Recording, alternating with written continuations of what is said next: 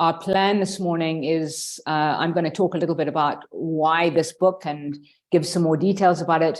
And then we've essentially chosen to highlight 4 of the chapters, and each of the authors the lead author of each of those chapters will be speaking to that. And then we'll open it up for discussion. If you do have questions about a particular chapter, a particular small section, please feel free just to ask those questions immediately after the person has finished. Those little sections will be 5 or 6 minutes each. So we'll pause in between those. And if there are specific questions to that author, please do feel free to ask. So I'm going to begin by just talking a little bit about why this book and what we thought we were doing with it. Hanelie, so the editors of the book are myself, Hanelie Adendorff, who's sharing screen at the moment, and Marnel Mouton, both of whom will be speaking in a little while. And all 3 of us at the time were at Stellenbosch University, and all 3 of us have a background in natural sciences. And essentially what we were wanting to do with this book is recognizing that many people from the natural sciences really, really struggle to engage with education research literature. And over the years, particularly, I remember one presentation from Cecilia Jacobs, probably in about 2013, 2014, to the Faculty of Science, where she was using LCT. And suddenly there was a shift in the level of engagement in the room. And it became very clear over time that certainly among our colleagues at Stellenbosch, the use of LCT kind of lowers the threshold to thinking about, in a theorized way, what one is doing in the classroom. And so how the compilation of the book came about. Max, yeah. I just want to laugh at that, because it sounded like LCT lowers the threshold. It sounds like it is not a compliment at all. I'm not sure quite what you meant by that. So I think it makes it easier. So it's not intended to be. It is intended to be a compliment, not a dissing of LCT. And I think that the fact of the presentation on that Cartesian plane makes it feel sciencey. I mean, it's slightly ridiculous to say that, but there's a way in which the presentation of the data can be vaguely familiar. So how did we come to compile the book? Well, essentially everyone who presented at the LCT3 conference in Johannesburg, when was it, 2019, all those who presented on a paper involving science, were invited to participate in the book. And a good number of those who were invited agreed to join us. So the structure of the book, in the introduction, because our focus is really, we wrote this book for academic scientists. In the introduction, we spend a fair bit of time just introducing the semantic specialization and autonomy and illustrating their usage in science education. And then the structure of the book, we've got a chapter on academic support in science, and then it's really divided into 3 main sections: physical sciences, biological sciences, and mathematical sciences. And then there's a final chapter on navigating into education research. So this morning, what we've done, rather than try to talk about all of the chapters, I'll speak briefly to the chapters that we aren't highlighting this morning in a minute. But essentially what we wanted to do was to illustrate the 3 kinds of sciences. So we wanted something from the physical sciences, something from the mathematical sciences, something from the biological sciences, and to highlight all 3 dimensions. Unfortunately, the person we approached to look at specialization wasn't able to do it. So we've got Marnel talking about using epistemic semantic density in biology, and I won't say more about that. Christine uses the semantic plane to improve assessments in physics. Hanelie uses autonomy to look at a particular teaching engagement. And Ingrid Ravitsky uses the epistemic plane to show how the different kinds of knowledge can be mapped, required to master mathematics can be made visible using the epistemic plane. And I think importantly that there are a couple of really useful things in that. Marnel is building on previous work that she's done, likewise as Christine. And so really, for those of you who don't know their work, I would encourage you to explore beyond just the chapter that they use today, because it's a very useful, if you're from the sciences, following their work is very useful. And Ingrid's chapter is particularly interesting. It's really a beautiful way of making visible the complexity of knowledge building in mathematics in particular, but is more broadly applicable, certainly across the sciences. So just briefly, the chapters that we're not going to talk about today, I just want to point to them. Again, highlighting the work of Karen Ellery.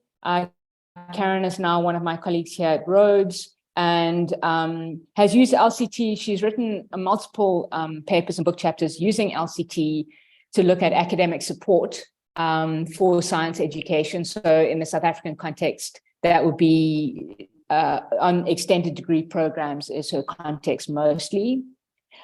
In this chapter in particular, she's using autonomy, and that's really helping students get to grips with what they need to do to be successful students at university. Then there's a really interesting paper and kind of I think a groundbreaking paper from Zhigang, Yu, Carl, and Jagan, where they've got a wonderful analysis of diagrams in high school chemistry textbooks using semantics. So they use a translation device, looking at how the complexity of diagrams and the semantic density of diagrams. It's a wonderful chapter and quite thought-provoking when one thinks about representation in science. Bruno Ferreira dos Santos and his colleagues from Brazil use epistemic semantic density to look at discourse in high school chemistry classrooms, the complexity of what's happening within the way in which students, learners, and teachers are speaking in the classroom. Liesl Hudson and colleagues use specialization, and in association with the notion of threshold concepts to look at radiation physics in a radiation therapy course. Gabby DeBee and Sue McKenna use both semantics and specialization to look at the problem of the combination of anatomy and physiology in a particular course. So those two courses coming together to form a combined course. And I think Tanusha Dukan, one of my colleagues here at Rhodes, is in the audience, and she's picked that work up quite nicely and is looking at a similar. It's a different project, but again looking at combined anatomy and physiology programs in a pharmacy course. Then Hanji Kanana and colleagues from the University of the Western Cape. Again, Hanji's work, Hanji looks at both physics and mathematics. In this context, she's using LCT to look at an intervention in mathematics to smooth the transition from first year to second year. And again, in this context, they're using semantics.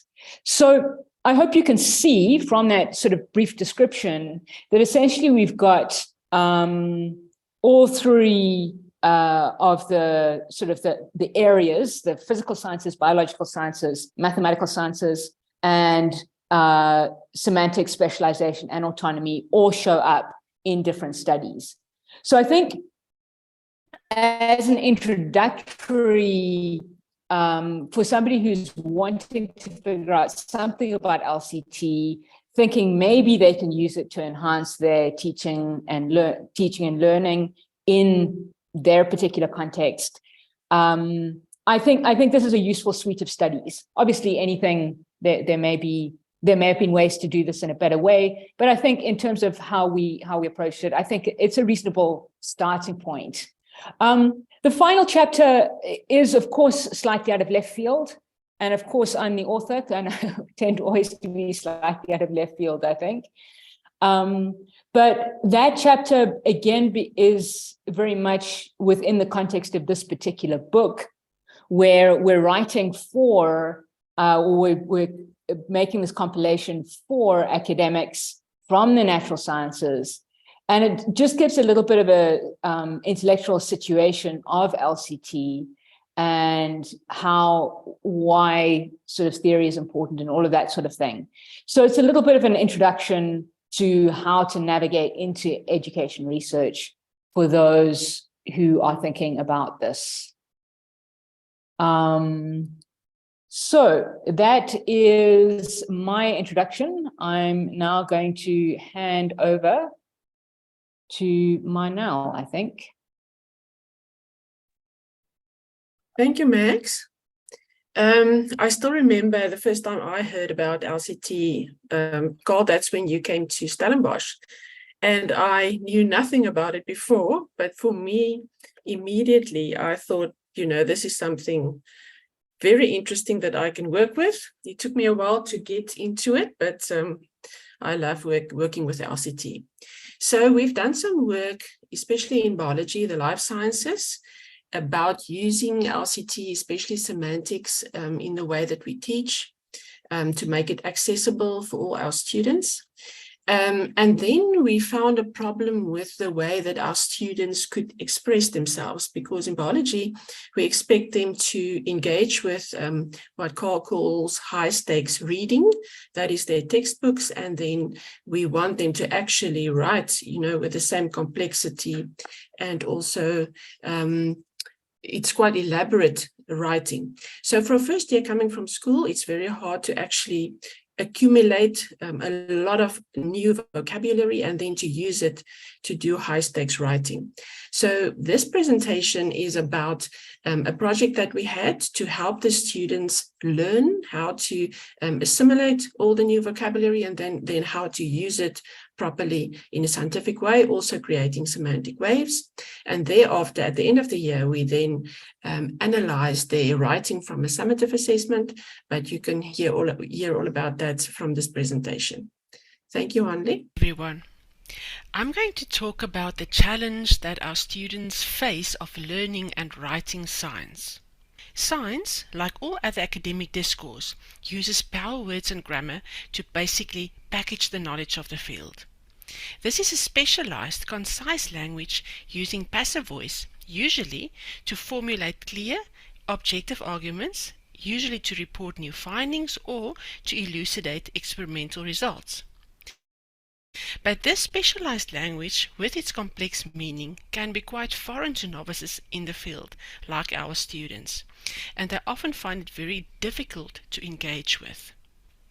In science programs, we expect students to engage with complex disciplinary texts, such as textbooks and journal articles, and then to demonstrate their mastery of the subject matter using appropriate scientific discourse. And many studies have highlighted that students find this extremely challenging. This image here basically summarizes the problem or the challenge and why this work was done. You can see here on the y-axis we have simpler meaning towards the bottom and complex meaning towards the top. So the texts that our students need to deal with, what they need to read, that they need to make sense of in their textbooks and journal articles, is quite complex in meaning. We also expect them to do scientific writing, using proper scientific language that is also complex in meaning. Mouton calls this high-stakes reading and he calls this high-stakes writing, and this is what we find that especially our first-year students struggle with. So what was done? Firstly, we explored ways to help the students actually develop this new language and come to terms with this type of literacy by developing their discourse skills.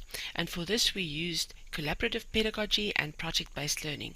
So the students had a few opportunities to actually use their textbooks and journal articles and then to produce scientific writing. But we also analyzed their discourse. Firstly, we analyzed the final summative assessment of the year, and we also, as a comparison, selected the corresponding parts of the school and the first year textbook as a baseline. So as a conceptual framework, we used LCT semantics, and I don't think I need to tell you what semantics is about. Now for this study, we only used semantic density. And Mouton and Doran therefore proposed a translation device for the analysis of epistemic semantic density in discourse. Thus, semantic density that considers the epistemological condensation of formal definitions and empirical descriptions. Epistemic semantic density, or ESD, conceptualizes complexity in terms of the condensation of meaning within practices, and it furthermore explores the relationality of meanings. We used this translation device. In our case, we looked at the scientific discourse of the students as well as the two textbooks. Firstly, all discourse can be divided into two word group types, the technical words as well as everyday words. Technical words can again be divided into two further groups, as well as everyday words. And from there on, every one of these categories can be divided again into further subtypes. This is known as the wording tool as proposed by Mouton and Doran, and this is known as the word grouping tool. So this gave us a very fine-grained device to do the analysis. As you can see, we color-coded each one of these categories so that it would be easier to do the analysis.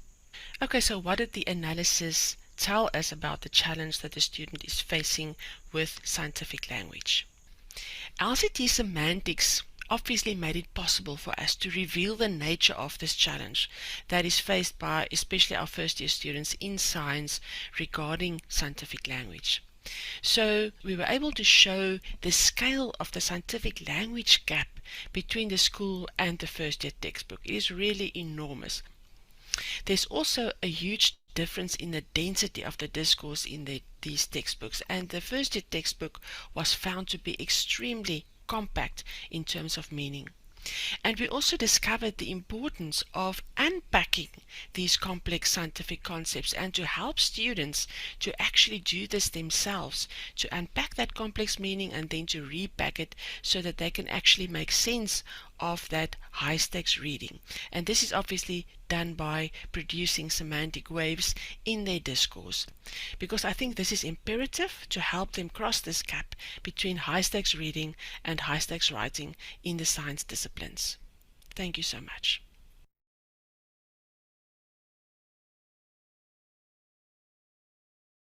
Thanks, Marnel. Are there any questions, or can I move on to the Does next one? anyone want to jump in?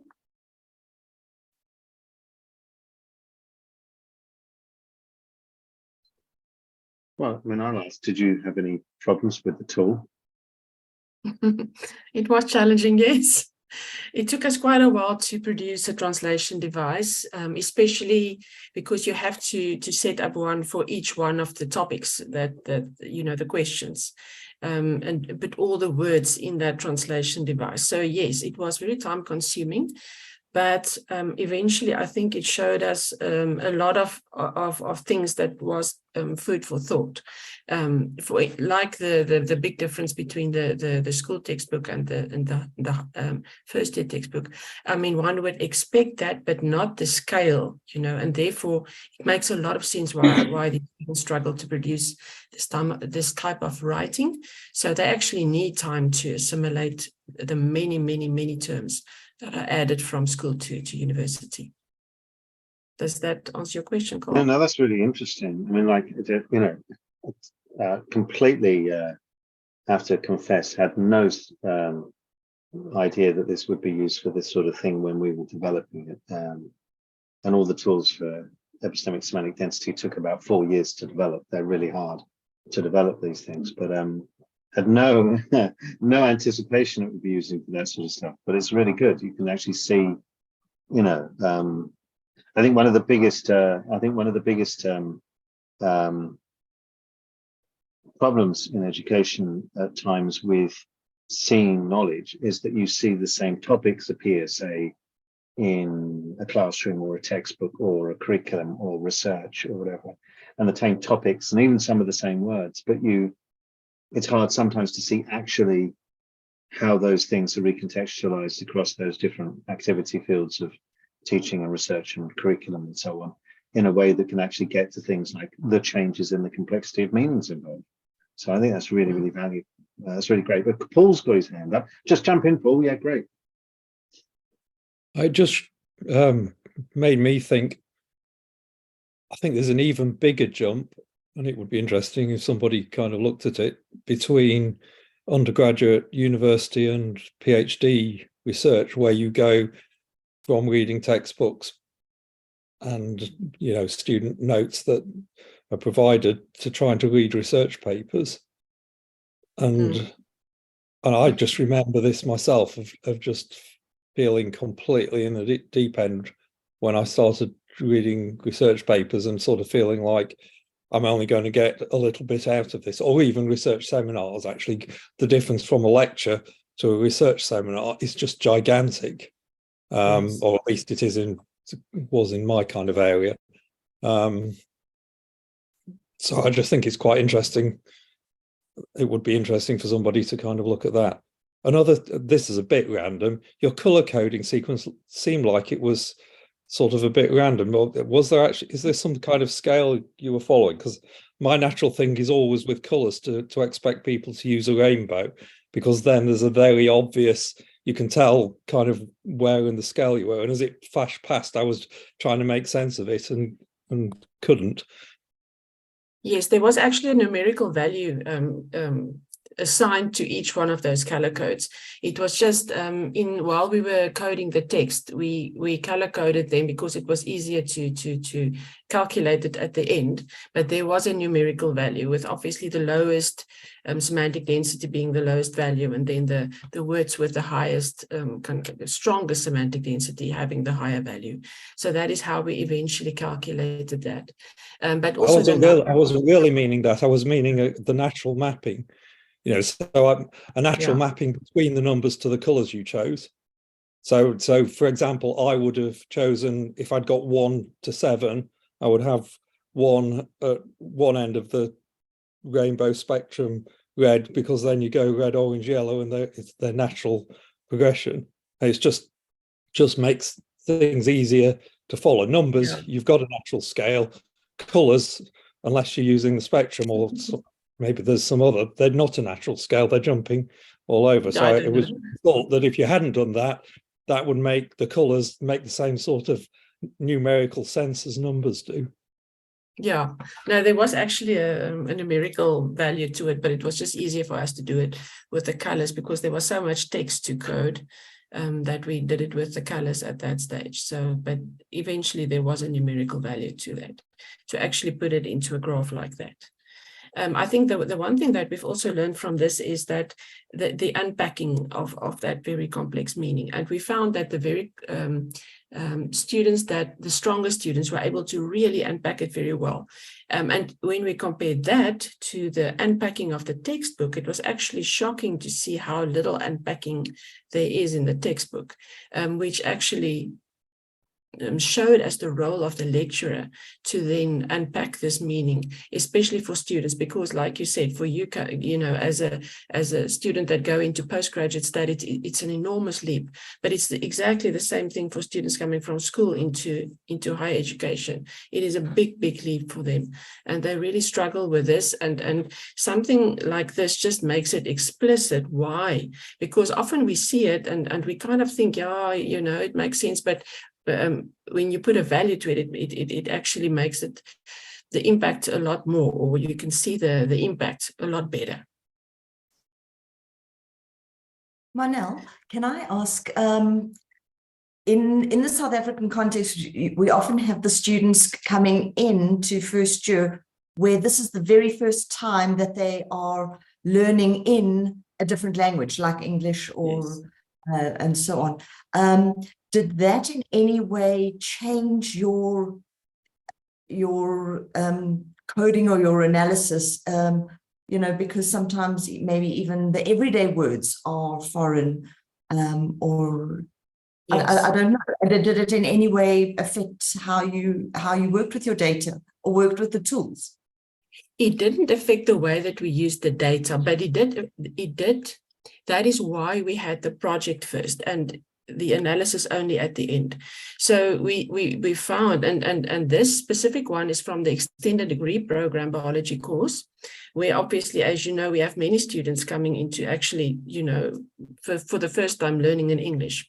So, and that is why we had this practice sessions first. So we had lots of activities in class that they could actually, you know, they had to make lists of the vocabulary, and then they had to string them together to actually make meaning of that complex concept. So that is why we had the collaborative pedagogy approach as well as the project-based learning. And then right at the end, we did the analysis to see, you know, actually what had happened. I mean, we couldn't code everything in the initial writing, but at the end. But what we found is that some students were still struggling by the end. But I found that those students, actually, many of them graduated. So I do think that it played a role in actually helping them to make sense of complex meaning, like in, you know, where they have to do the high stakes reading. So yes, it definitely plays a role in South Africa. That's so interesting. Thanks so much. Thanks, Lee. Should we Shall we move on to Christine's paper? Christine? Yeah. I'm just going to quickly, this is our colleague Christine from physics, and I'm not a physicist, but Christine also used semantics in a very interesting way. So they also did work before. They found that their students were struggling in their assessments, not unusual for physics, you would say. But what they found is they felt that the questions were not standardized. So they used semantic gravity first to standardize their questions in terms of how much context they brought in and how many concepts the students had to bring together to actually answer a certain question. And then this chapter is about how they use semantic density to actually look at whether that also plays a role in standardizing their assessments. You can play, Hanelie. My name is Christine Steenkamp. I'm a lecturer in physics at Stellenbosch University, South Africa. Ilse Rootman and I are the authors of Chapter 3 of Enhancing Science Education. As the title of the chapter says, the aim of the study was improving assessments in introductory physics courses using the semantics dimension of legitimation code theory. Assessment always acts as an intervention into student learning. This statement by Margaret and co-authors in 2016 highlights the importance of assessment in learning. It was also in 2016 that my colleagues and I realized that the intervention was necessary in our first-year calculus-based physics module. We started by looking at how we assess. As assessment is a high-stakes activity for both students and lecturers, improvement in assessment was expected to influence both learning and teaching. We chose the semantic dimension that distinguishes between context dependence, termed semantic gravity, and the condensation of knowledge in language or symbols, termed semantic density. Knowledge that is strongly embedded in the context of a real-life scenario has a stronger semantic gravity, whereas more general or abstract forms of knowledge that can be discussed independently of a context has weaker semantic gravity. Semantic density is considered to vary along a continuum from the discussion using everyday words as showing weaker semantic density through to discussions using technical terms, diagrams and graphs to mathematical representations on the stronger semantic density side. The semantics dimension of legitimation code theory empowered me and my colleagues by giving us a framework for self-evaluation of our assessments. Since 2017, we have been using semantic gravity strengths of questions when designing summative assessments. In this chapter, we explore the impact of this intervention on both the semantic gravity and semantic density variation in our assessments and on the average marks of students. We were analyzing the semantic gravity strengths and semantic density strengths independently, often representing the variation of both on the semantic plane, with semantic gravity on the vertical and semantic density on the horizontal axis. We found that using semantic gravity as a design consideration in assessments increased the focus on core concepts by both the lecturers and the students. The core concepts in physics are formulated to be highly context independent and therefore of weaker semantic gravity. Surprisingly, we also observed that increasing focus on the core concepts of weaker semantic gravity in assessment and in teaching, this also improved the ability of our students to transfer their knowledge to questions related to real-world scenarios of stronger semantic gravity. Analysis of both semantic density and semantic gravity of assessment questions and model answers supported this result. This corresponds with the proposal by Mouton and co-workers that significant exposure of learners to knowledge of weaker semantic gravity is not only supportive of, but a condition for cumulative learning. The semantics dimension is used in several other chapters in the book. In chapter 17, Debris and McKenna uses the semantic dimension together with the specialization dimension to understand what happens when a curriculum of anatomy and physiology were merged to form one human biology curriculum to prepare students for physiotherapy and occupational therapy. Whereas specialization highlights the different bases for legitimation of knowledge in the different fields, the semantics analysis showed that the structure of the merged curriculum had unintended consequences of strengthening the semantic gravity of the knowledge learned and decreasing the students' exposure to content-independent generalized concepts. In chapter 11, Kunana, Solomons and Marcel uses the combination of specialization and semantics to understand the challenges that students face in the transition from first year to second year studies in mathematics and physics. They use semantic profiling, where semantic gravity and semantic density are assumed to be inversely related and are mapped as one curve over time to characterize and compare the teaching in physics and mathematics first and second year. Discontinuities between first and second year are highlighted, showing that in the second year the lecturers have a narrower semantic range, concentrating on abstract subjects with few examples. They have a narrower range of representations such as gestures, diagrams, and graphs, and less explicit unpacking of the representations are done. They've also reduced interaction between lecturers and peers. An inspiring report is given of an intervention that meant collaboration between educational and disciplinary experts and led to an enormous improvement in student motivation, an increasing pass rate, and more than doubling the number of students in the third year mathematics class. Chapter 11 is recommended reading for mathematics and science teachers. Marnel Mouton will discuss the closely related but more fine-grained analysis of knowledge structures using epistemic semantic density in chapters 4, 5, and 8. The core message of the application of the semantics dimension is that disciplinary experts who are completely comfortable with the specialized language of their fields do not usually have a language to discuss and understand knowledge structures in their teaching and assessment. And this is coupled, unfortunately, to a blindness for the hurdles that students sometimes face in the process of learning and applying knowledge. The semantics dimension is a useful tool to analyze educational practices and design effective interventions.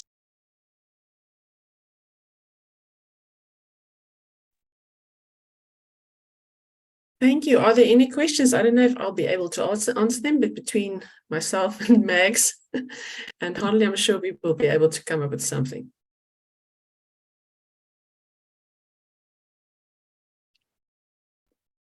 I have a question. I'm just wondering, you mentioned about core concepts having low semantic gravity. Yeah, low semantic gravity because they're context independent. Has somebody looked at the semantics overall of core concepts, or is that just your kind of observation? I think they consider core concepts in physics as low semantic gravity.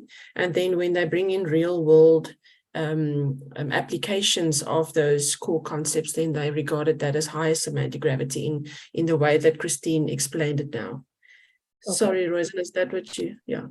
Yeah, well, I was just wondering if like there are papers published on it or if it's more Christine's observation. But no, they've actually published papers on this. I mean, apart from this, they've done one on semantic gravity before. I'm not sure in which journal that's been published, but that has been published before. But specifically on the core concepts. I think to no, that was assessment. Yeah, the core concepts is a concept with a lot of work around it itself and different definitions in different spaces. So I don't think Christine here is drawing on that per se as it is in the literature, but this is they defined the concept central to what they're trying to teach as core concepts in this specific case. So it's a very much context specific definition in their case, so not core concepts as broadly in literature. No, so I'm aware we're currently developing the core concepts of pharmacology, and it's based on the physics core concept idea. Yeah. But I'm just wondering if somebody has done an LCT analysis specifically on them. No. Not that not that I know of. No. I don't know. Carl might know better if there's been a paper on that specific. So no, I don't think there's necessarily a direct link here between that and what Christine and them did. Okay, thanks. Go for it. That's what I was thinking. Yeah, I do. Shall we move on to Ingrid's paper? I'm just keeping an eye on the time. I'm sharing from my secondary screen and I realize that's going to go off in 15 minutes. So if we start, then maybe Ingrid will be discussing questions when I can switch the presentation to my laptop screen. So there's no more questions. I'm going to move on, Max. You think?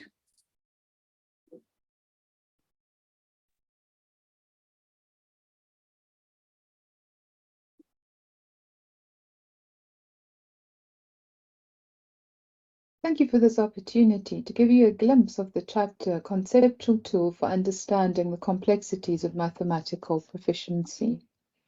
Mathematical proficiency has been identified as an important factor influencing the transition to mathematics in higher education and student success in STEM programs around the world. Among the students who meet the minimum admission requirements for a STEM program, there is a range of mathematical proficiency. There have been numerous studies on trying to understand what is at the heart of the challenges our students experience. In essence, in mathematics, there are different ways of thinking or reasoning and different kinds of practices, as well as different levels of abstraction. We challenge our students not only to know what certain definitions and results hold about a mathematical object, but also to know why and to know how to reason and represent mathematically.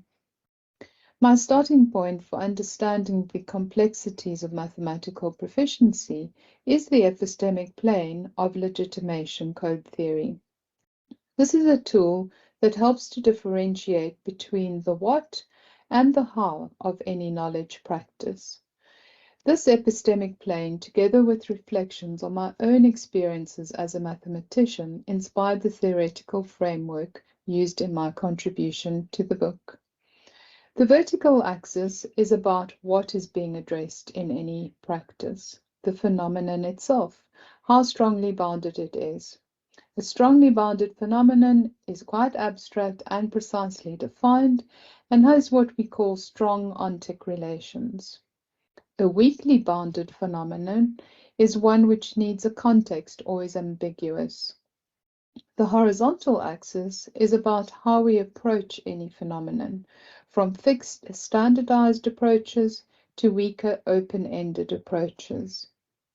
I adapt ontic relations to refer to what mathematical knowledge, and discursive relations to refer to how one thinks or reasons. A student's knowledge of a certain claim about a mathematical object may vary from simply knowing that the claim holds to knowing why the claim holds. Also, a student's way of expressing their understanding may have weaker or stronger levels of mathematical formalism. Each quadrant then represents a fundamentally different mathematical insight.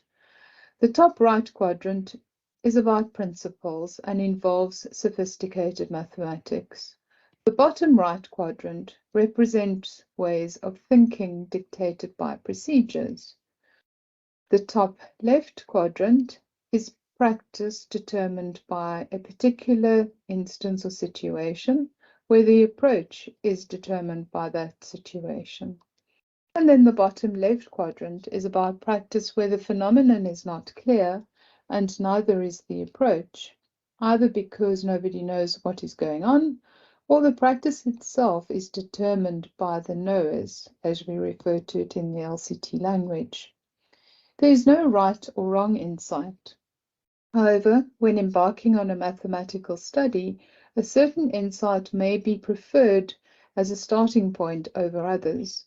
Success in mathematical thinking and reasoning requires insight shifting, which involves strengthening or weakening ontic relations and/or discursive relations.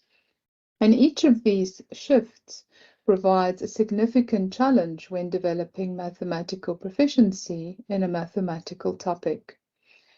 Different levels of mathematical proficiency may be described in terms of the different insights navigated. In particular, a basic level of mathematical proficiency will be entirely in the doctrinal insight, dealing with procedures.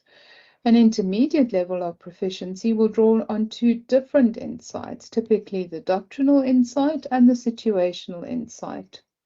And a higher level of mathematical proficiency will draw on three different insights, as the needs for abstraction, generalization, or specialization demand. Without effective strategies for facilitating insight shifting, there's a potential for clashes.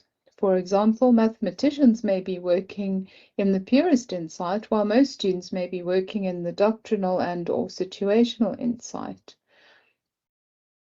As an example, let us consider the mathematical object called a torus, which arises in different branches of mathematics, including calculus and topology, and also beyond mathematics in astrophysics, biology, medicine, nuclear physics. Mathematical proficiency in each mathematical representation would be needed before being able to link them. So a student may have heard of the expression that a coffee cup and a donut are the same to a mathematician because they both have a single hole. This is a knower insight. They may perhaps investigate different torus-shaped objects and obtain a situational insight. They may also explore the basic calculus representation of a torus as the surface of revolution generated by revolving a circle in a three-dimensional space, the doctrinal insight. And finally, there may be a move to a more sophisticated topological representation of a torus as a closed surface with a hole defined by the product of two circles, the purist insight. So a strategy for developing mathematical proficiency in linking these different mathematical representations could be that one starts here with the knower insight, you shift to the situational insight, then to the doctrinal, and then finally to the purist. The chapter concludes with an approach for integrating the epistemic plane into the curriculum in what may be called a differentiated support model, where learning activities and teaching activities are divided into 4 components, each developing these insights, but also facilitating the shifting between them. Thank you very much.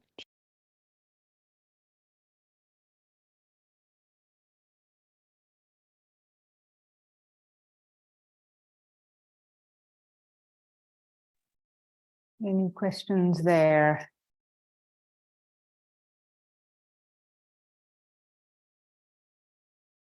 Karen Wilson. Karen. I love that. What I was going to say was just a comment for the community here.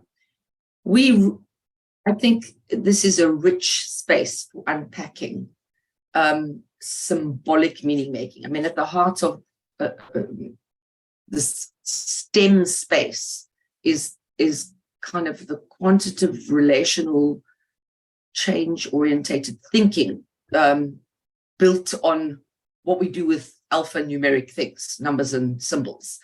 And I mean, I just want to applaud Ingrid for starting to look at this, because we are exploring that very actively at Stellenbosch at the moment with the science faculty and with, you know, the people who are kind of on this call as well, because I think we've got a starting point, but it would be really useful if anyone in this meeting today or in this roundtable discussion today has ideas around this, about how to really problematize this and make this accessible for the very staff that we work with, because this for me is like a blind spot in the work in the STEM space. So I just think Ingrid's made a really, really great start using the epistemic plane to unpack it in that way.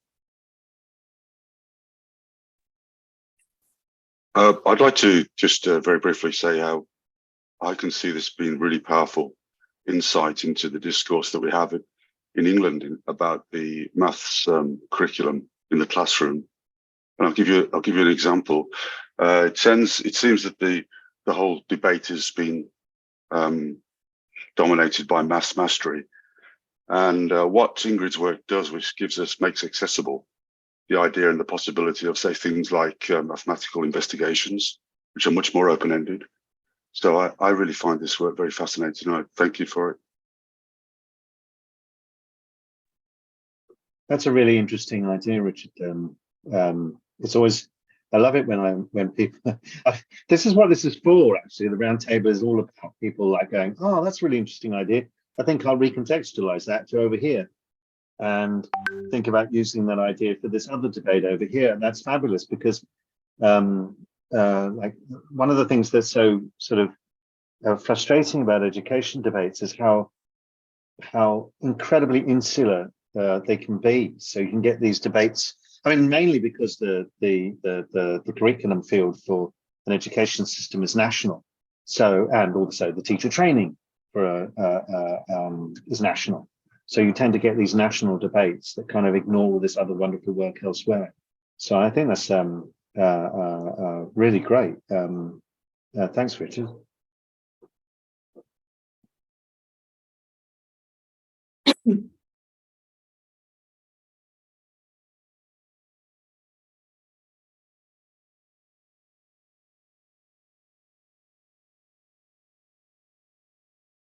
We have any more questions for Ingrid? Any more comments?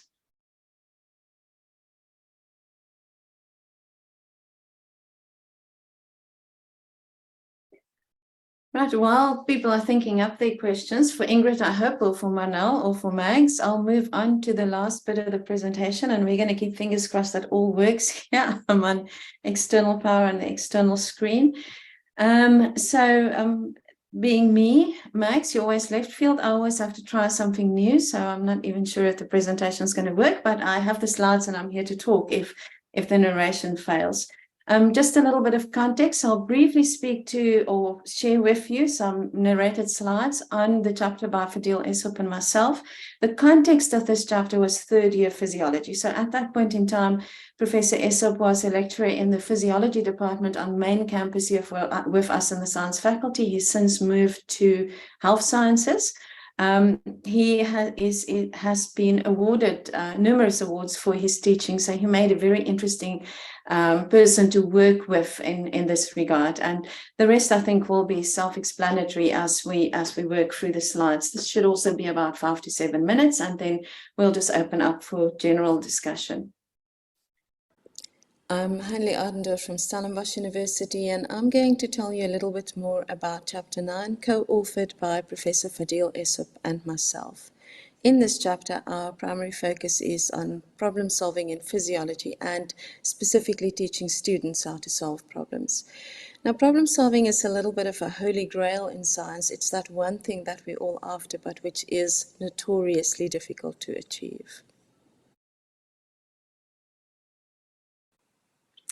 Goodman et al. Argue that meaningful learning in physiology has only happened if students can solve appropriate problems. They add that it's the responsibility of the instructor to create the kinds of learning environments in which this type of learning is likely to happen.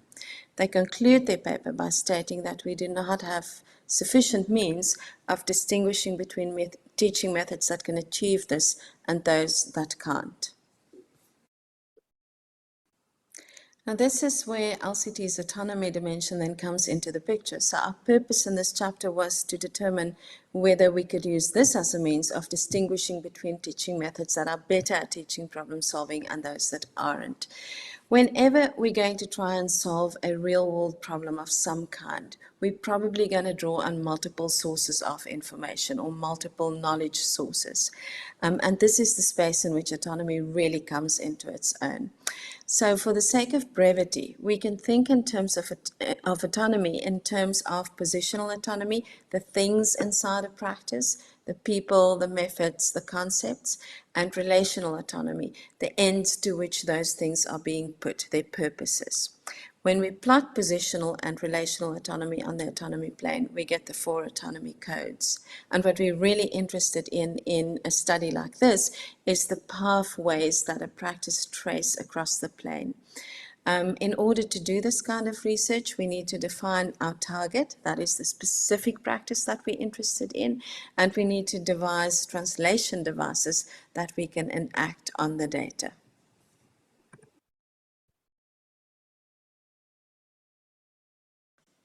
In our case, we defined the target as making sense of real-life physiological cases with the use of relevant physiological concepts. So translating that or putting that onto the autonomy plane, the sovereign code for us would become using physiology concepts, and especially physiology concepts in the real-life problem, to explain a real-life problem.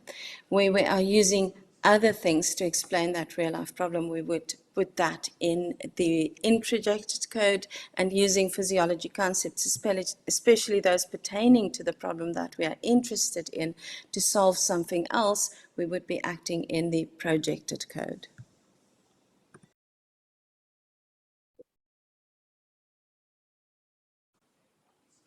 In the chapter, we looked at 3 different examples. The first of these was drawn from a resource suggested by Goodman et al., which I'll refer to in a bit more detail in a moment. And the second and the third are both teaching methods employed by Professor Aesop. In the first of these, students are offered real-life problems to solve in their own time, and they can then volunteer to come and present it to the class. And we'll also show an analysis of one of these. In the second, he embarks on a CSI-style investigation with the class over the course of a number of lectures. Now again, in the first example, drawn from the resource offered by Goodman et al., this resource specifically focuses on case studies to use in science teaching. So it's off-the-shelf case studies that one could use to teach things like problem solving, amongst others, in higher education science classes. And on the right-hand side on the screen in the text is a description of what this is about. It's really about an energy drink, and students have to look at the claims being made by the energy drink and a number of other steps. On the left-hand side is what I really want you to focus on. This graphic depicts trace the pathways across the plane that students have to take as they go through the different steps of completing this case study. And what we need to notice from this one is that they trace at least 2 full pathways across the whole plane, that is across all the autonomy codes. So we could conclude that this specific example gives students a lot of opportunity to really practice with integrating different knowledges in order to complete the case study.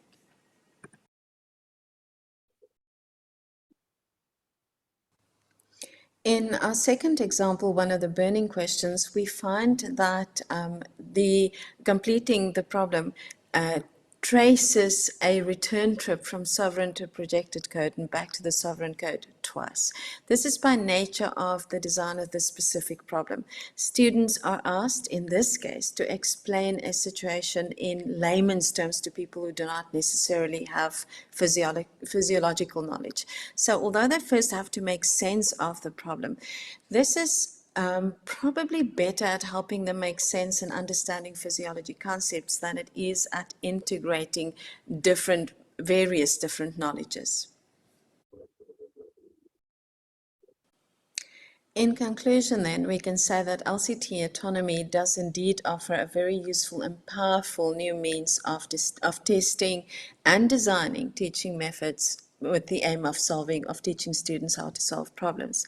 And in addition, we'd like to add that there might be value in using a tool such as this to help make this process explicit to students. So beyond us using the tool to see which methods might be better or to design methods that are better, we could possibly also use the tools to show students how problem solving can be understood as an integration of different knowledges. We thank you for listening.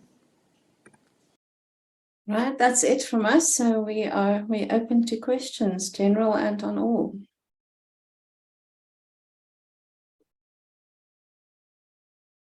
And any comments and or random associations you're making in your head. I have one random association. I knew Fadil as a cardiovascular researcher, so I'm delighted to see he's doing it. It might just be me, but I didn't hear any of that. Can you say that again? I said one random association is that I knew Fadil as a cardiovascular researcher, so I'm delighted to see that he's now doing this as well. I knew he was doing some educational research, but I didn't know he. Okay. More success second time. Yes, he's actually even completed the Scholarship of Educational Leadership course at Stellenbosch University. And if he hasn't yet published one of his own papers, he's working on one. So an interesting move for him. It was a lot of fun working with him. We will get you all in the end.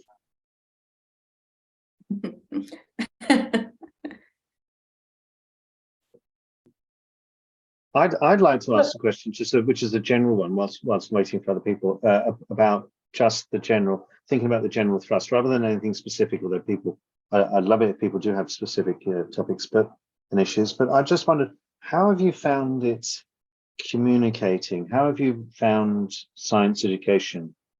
Okay, there's maybe two-parted question really, which is how have you found responses to this sort of work? What kind of responses have you had to this sort of work from, let's say, I think these are two different things really, science education researchers and science educators, because I think they're two very different fields. Often, you know, like the people actually doing people doing scholarship on science education and the people actually doing the science education. How have you found it negotiating and discussing and putting these ideas across to them? They kind of, you know, do they have different responses? Are they allergic to it? What do they like? How do we connect to that community? Because I think it's always about somehow figuring out a way in which we can kind of bring two kinds of Velcro together, or maybe an adapter of some kind, some sort of, you know, like on a computer, bring an adapter to reach from the codes of this approach through to the codes of whatever community we're talking to. I'm sure, Carl, that Karen, I can see on Karen's face a response, and maybe Max as well, but I'll just jump in here quickly because this is not a shameless plug, but I guess when you say that it is. We've got a chapter in a very different book using LCT, trying to explain why we think LCT has been so popular in science contexts, which is what Max referred. Max referred to it lowering the threshold. We just think it speaks a similar language to scientists. So we've, Max alluded to it initially, that we've actually found quite a positive response from science educators. So those people standing in the lecture halls and who are doing what we'd call scholarship of teaching and learning type of research in their classes. We've had an excellent response, and I tend to think it is because of the explanatory power and the fact that these devices to them seem a lot more like science, which they've also said. But what we have found is an interesting pushback from the teaching and learning community broadly, not science.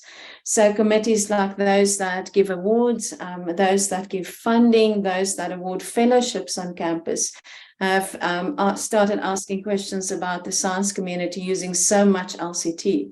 That's a question that's still up. So the question in my mind is it and how the science community is using the LCT, or is there something else where that pushback is coming from?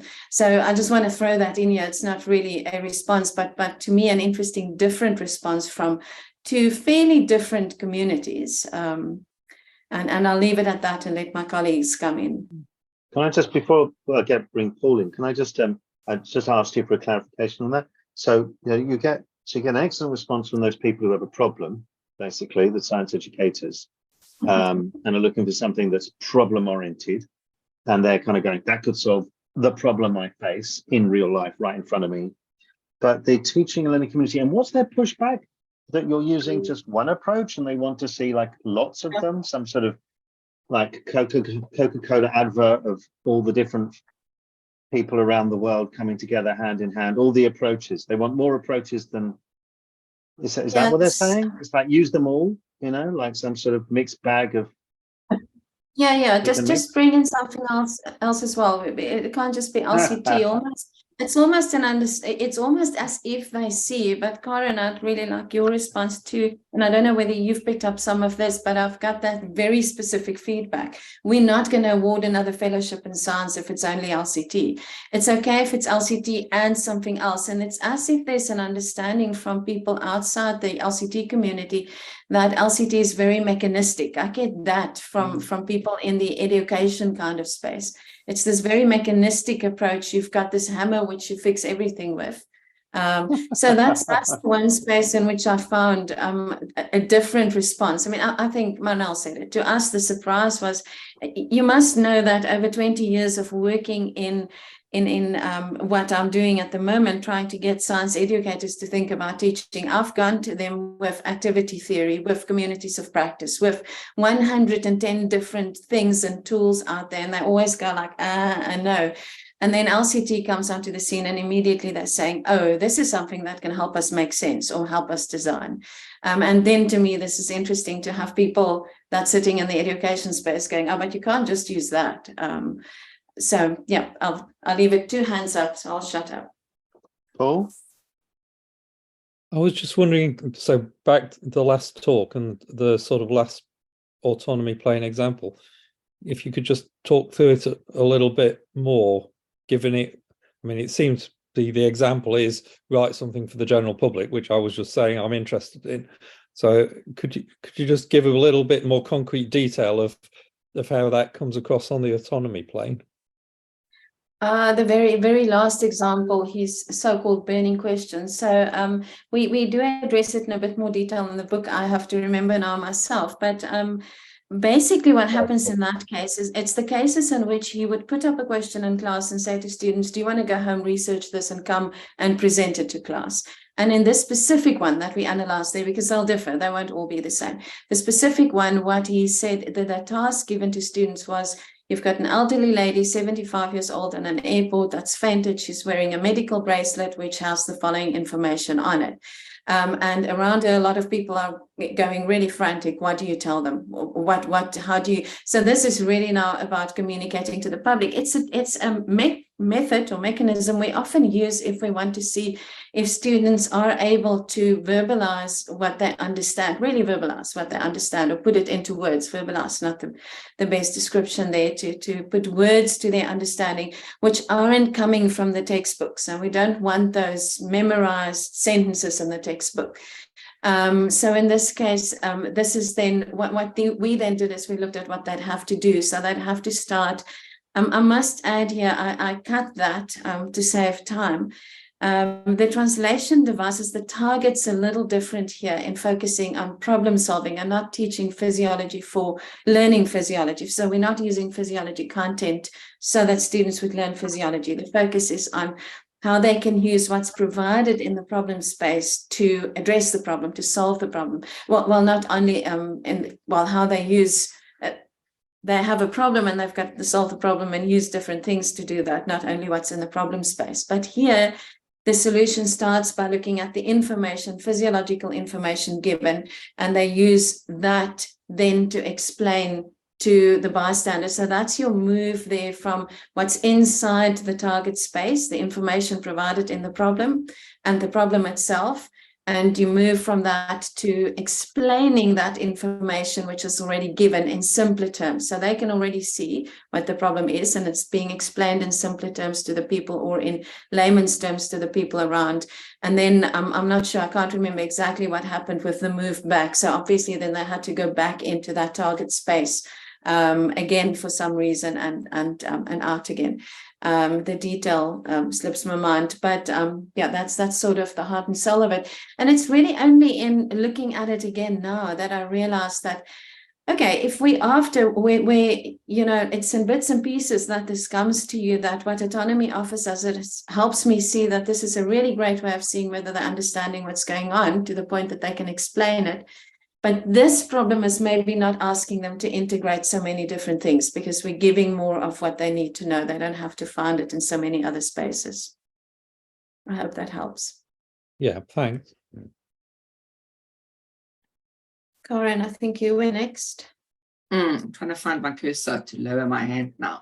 I want to go just back to the previous issue about the perception, the broader perception in the field of all of us in STEM using LCT. And it's interesting that Kirsten made a note in the chat about her NRF rating, because that's exactly what I was going to say. I also got my rating at the beginning of the year, and the feedback really interestingly suggested, how come you're so stuck on LCT and using this stuff? I mean, there's other stuff. The truth is, I mean, I've been working in this space for 15 years as a researcher and an academic and an academic development advisor. And I think because of Carl's visit in, it was 2010, I think, or 2011, I can't remember, Hanelie, in South Africa the first time, and then following up in the mid-teens to Stellenbosch, we just all happened to be in the right place at the right time. And it was like, oh my God, at last there's something that we can use that very practically, as Mag said at the beginning, acts as such a powerful translation device and system for people in the STEM space, because it is a good crossover set of instruments, but it helps you go, I mean, you can even see it on 3 axes in terms of you can go as deep as you want to go with these tools, and nothing is about a static, deterministic technicist position. It's about practices, shifting, orientations, locations, movement, meaning, all of those things. And yes, the tools do speak to people in the STEM space because they, symbolically and visually, they condense so much of what in the humanities and social sciences is so verbal. And, you know, they ways of capturing these snapshots, and that's what's been so powerful. And other than in terms of, well, why aren't you using other tools? Or, well, the best I've found is, you know, activity theory or cultural historical activity systems or theory can help you, okay, map the lay of the land. It can't help you understand and unpack the practices within that. So, I mean, I hope people in this space do draw on other tools to enrich, if that helps. But I just want to warn you that Kirsten and I both got, well, oh, lovely LCT acolytes over here. I know this is going to go out on a recording on YouTube. I'm just saying that there is a very different perception out there. And I think it's because there was such a strong groundswell in our STEM space coming from certain spaces, let's not name those spaces, you know, that hit the world because of the conferences happening at the same time in relation to this kind of community growing in that STEM space. Just a comment. Yeah, maybe there's a lesson for us in there as well on how we communicate this beyond sciences. It's a very easy thing to communicate in science, but given that there's a lot on communication in the chat, this is yet a different audience to communicate to. There's been a hand up. I can't see 2 hands up at the moment. Max, can you see whose hands up? Yeah, so it was Roisin first and then Carl. Yeah, I just wanted to say, I think it's really interesting. It's been my experience as well that people in science find LCT more appealing than other theories that are used in education research in STEM. But I think the reason for that is that the methods are explicit. And in science, the methods are explicit. And it's probably similar in engineering, Karen, is it? But Yes. the thing is that I think that's part of the reason scientists like it. And you also have the visual representations of data as well, which are also appealing to scientists. But it's really interesting. If you think back to the roundtable there a few weeks ago with Nora Wunchnagi, she was saying that she found it that colleagues didn't like that it was so explicit, that they found it difficult. So I think, you know, it's the different kind of paradigms of, you know, how you present methods, how you present data in the different disciplines that are making it more appealing to one than the other. So, yeah. Yeah. Oh, Yeah, I'm not hosting myself there. Yeah, there's a couple. I just want to put my hand up because I wanted to say a couple of things. I think that's really interesting is that I think what Roshin just said there is really, really interesting. What you've said elsewhere is the attributes, or some of which are not attributes of LCT. Some of them are just the way in which it's seen and perceived.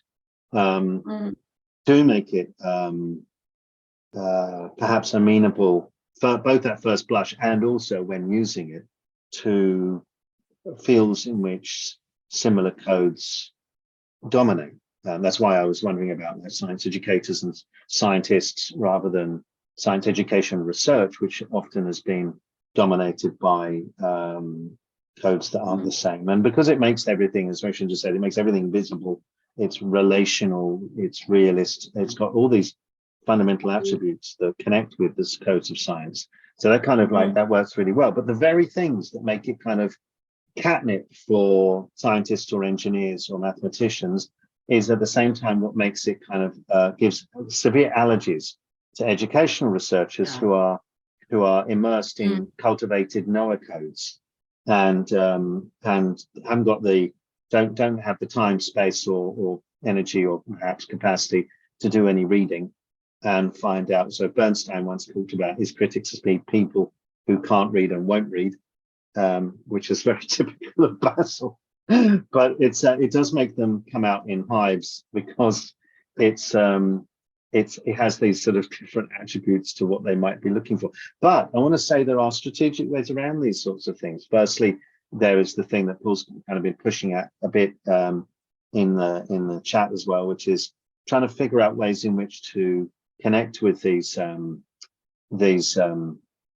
codes, you know, which are very dominant in social science, sociology, education research, how to connect with those, and or using a second approach as a kind of constructing framework or constructing theory. So if you think of LCT as like an analytical or analyzing concepts for getting to grips with the empirical data, and it's really good at that. That's the thing that most social scientific theories are rubbish at. They're really good at making you think about things in particular ways and pointing to what needs to be researched. And I don't think that's a bad thing. I think they're really brilliant at that. Take Bourdieu, absolutely brilliant at that. So many theories are really good at saying, these are the issues that need to be thought about and to think about them in this way. And the concepts are fantastic, but unfortunately, those concepts then can't be used in empirical research. You know, like I've talked about Bourdieu quite a lot in the past about, you know, the difficulties of trying to use him with actual nitty-gritty empirical data in a way that you want to. But you can, doesn't mean it's either or, because you can use these other frameworks that people are really engaged in and going, I'm going to use this and this, and then say how. I mean, you don't have to say like, you know, they're going to do that and we're going to do this, but so that kind of like they do work together. And I'm thinking of all kinds of things like threshold concepts. Points to something really interesting and intuitive, can't be used empirically for data. Thresholds, you know, like Bloom, communities of practice, funds of knowledge, just about anything that has had 15 minutes of fame in education research is really useful for pointing to something that needs to be analyzed but usually very poor at getting to grips with really nitty-gritty empirical data if that's what your research is doing. So I think you can use them with other things, and then it doesn't seem like it's, you know, like a hammer for everything, which is usually said, by the way, by people who have only one theory themselves, but like to think they don't, you know. But yeah, anyway, that's just the thought, which is that we can understand why. So there are two ways of doing it: how we communicate, as Paul was saying and others were saying, but also you can use this other stuff. If, you know, like I always think to myself, I want to kind of write in a way that kind of says, oh, if you like this, you'll love this, you know. And yes, you can use that stuff, but try a bit of this as well, rather than going, your concepts are rubbish, your theory is rubbish, well, this other stuff is rubbish. You know, I always think it's like a both and that can build on what people are interested in and connect to what people are interested in, and not put it up as an oppositional thing of saying it's either that or this, and this is better. So I think we need strategies that are slightly different to the way in which science would work, in which there is a consensual way of understanding the rules of the game. And here, I think we need to, you know, and deciding between people theories. And I think here we can kind of go both and, you know, but understanding quite clearly that that's doing one thing and this is doing another. Anyway, I've said enough, and Chay's right. Kia ora. Thanks for that. I just want to put in a plug for someone who's a teacher educator and has worked with a background in primary English and literacy, and who has worked with my science colleagues to investigate how teachers, primary teachers who work across the curriculum,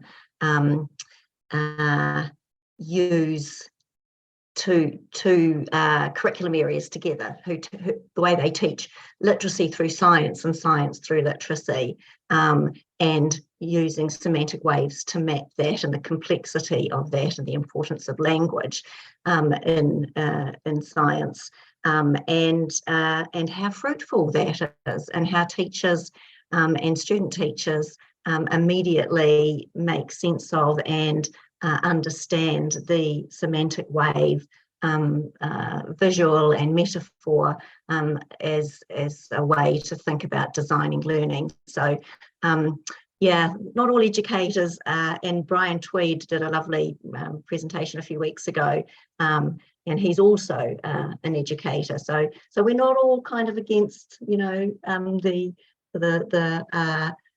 coherence and the constraint, well, not the constraints, the organisational elements of LCT. So just putting a plug out there for educators. I want to say, I think it is like, I think I wrote about the relationship between the way in which Bourdieu and Bernstein's ideas were received by people, and about how Bernstein was always seen as really technical and difficult to read, and Bourdieu, like, by people who think, well, people like Bourdieu and Deleuze and Derrida are not easy. I mean, like, they're impossible to read. They're really hard to read. And kind of saying, well, what they're really saying is that there's this sort of complexity and depth to the theory that puts people off. And I had somebody recently saying to me that, you know, I can't use this semantic wave stuff's impossible because you have to know all this stuff, and, you know, semantic gravity, semantic density, all these different concepts, and then there's all the tools and the translation devices and so on. And I said, I've seen teachers doing this. That's all you need, you know. And I've also seen teachers, I've heard about teachers. I saw a presentation about teachers who had kids doing 3 levels, and the kids actually added sound, so like, and then they were kind of making music out of this movement up and down the semantic scale. You know, like, don't forget, like, what did we do wrong there? We didn't have enough, but we had too much, you know. And they were like, you don't need. I mean, like, the fact is that I think it should be there. I think the complexity, even down to the wording level of LCT, should be there, because just in case it's needed. But I always say you only need as much theory as the problem demands, or the practice demands, and no more or no less. And I think some people kind of act as if you're saying, oh, you must swallow all of this and use it all the time. I mean, it is a common way, a problem in writing too, is that people think they have to use it all rather than just using only as much of it as they need for that problem. Yeah. Can I just add? I'm sorry. Sorry. Can I just add No. to that about the waving? I way back when I first came across LCT and was still getting my head round it completely. I did a talk to our department, which was mainly to the academics, but everybody was there, so all the admin people were there. And afterwards, I had basically had admin people coming and doing that to me, sort of explaining back to me what I'd just been talking about. So they kind of, I mean, it's exactly what Cole's saying. You don't need to go into all the theory, and people can get the idea. And just for semantic waves, just representing it as that is enough for people to get the idea, and they can take away something really useful. Just that, and then you remember it, and that kind of thing is what I find is really wonderful about it. Mm-hmm. Yeah, I was thinking while Carl's talking, sorry, I also can't find the raise, well, I now can't find the way to raise my hand in Zoom. Just jump in, everybody. That's what I'm doing. That's what Christina Steenkamp, who's not here, but who we played the video of, she spent a lot of time, that's her nature, like Marnel's, to really grapple with semantic gravity and trying to understand it in the physics context. And then she translated a translation device in the same way to that music or sounds or tonal values that you just spoke about, Carl. She just made it 1, 2, 3, 4 for her physics colleagues and said, well, this is how we analyze a question. If it's like this, it's a 4. If it's like this, it's a 2, something like that, because she felt simplifying the language for them would help them have a tool with which they could do the work. But I really like what you're suggesting. I'm thinking we might, in science, the process could work differently in 2 spaces, because in science, once you've drawn people into this kind of work for LCT, you could start to show them what those other theories could show up. But that's exactly the difficulty for them in the past. It's how to enact something like activity theory on what they're busy with. Which and LCT falls in that gap. I'm not going to win them over with that theory unless they're already interested in it. But you might win them over with LCT and then be able to bring them to the other things and see, okay, this can help you see problems in spaces you've not seen them before. So we've done a bit of that, but not from that angle. Ilse and I have tried, not more than once, using LCT in tandem with something else, where you use exactly as you say, LCT becomes the more fine-grained analysis, and your other tool helps you to just get a starting point. So I have been thinking that's part of what we need to think about in our communication and in working with scientists and how they engage with this, so that it doesn't start to look like people out there as if we've now found a hammer and we're treating everything like a nail without thinking, without paying attention to what's going on. And yeah. Seriously, that's such a lazy argument when you've got a wide toolkit that you're using different concepts for different purposes, and it just shows the lack of understanding from the person making it. On the other hand, though, this is the reality that we face in the field, so we have to think strategically about how to engage. And I always try to think, well, if we can find a positive way of engaging, because in social science we're trained to criticize. That's all. We're just trained to criticize and or critique, as people like to call it and misuse the word. And and you're also expected to always, because the way which we do lectures, you're always expected to do kind of lectures always end up with like three strengths and 3 weaknesses of every theory. It's really good that every sociological theory ever has got 3 strengths and 3 weaknesses. But that's the way we lecture it. And then you're expected to kind of like say those things, it's like you've got to kind of do a sort of a self-beating as well about what the problems are with it. But I think this is just strategic stuff that I think is really important, though, for us to sort of engage with as a community, and not to go, oh, screw them all, they're idiots, and they are apostates, like that, burn them at the stake or whatever, but more just kind of go, okay, there are going to be people out there that are simply not going to want to engage. But there's also a large silent majority, I believe, of people with problems who are sitting there going, I kind of like these things I've got, but this doesn't quite do as much as I want to. And I think they're the people that we can connect with. you know, I think personally, I mean, I used to have a sign up on my wall saying who the audience was for my talks, which was not the professors in the front row who'd invited me, but the person who'd wandered in at the last minute, you know, who was like a PhD student or something like that, who has a problem and is open-minded, because they're not going to convert the professors at the front row. They've got, like, you know, 30 years of investment in a different approach. You know? Mm. But these are important strategic things that we need to you know, discuss, and also we can use LCT to analyze and try and figure out. I also think, that is why scientists find it so much easier to use, because we are, like you say, social scientists are trained in a different way. We are trained to find solutions for things and to actually explain things. So for us, I think using LCT, when you know LCT, then you see so much solutions. I think that is why it's so much easier for us to use. But I've also learned that we need to bring in other theories as well, like you've all said. And now with my fellowship as well, I didn't actually put it out there as the hammer, but I'm definitely bringing it in now. So I think it's the way we sell ourselves, but it definitely works for us scientists to explain many things that we see, but we couldn't really explain before. I think one of the things I wrote in as a sort of one of my little motif quotes that I have is in Knowledge Analysis, the truth is no guarantee of belief.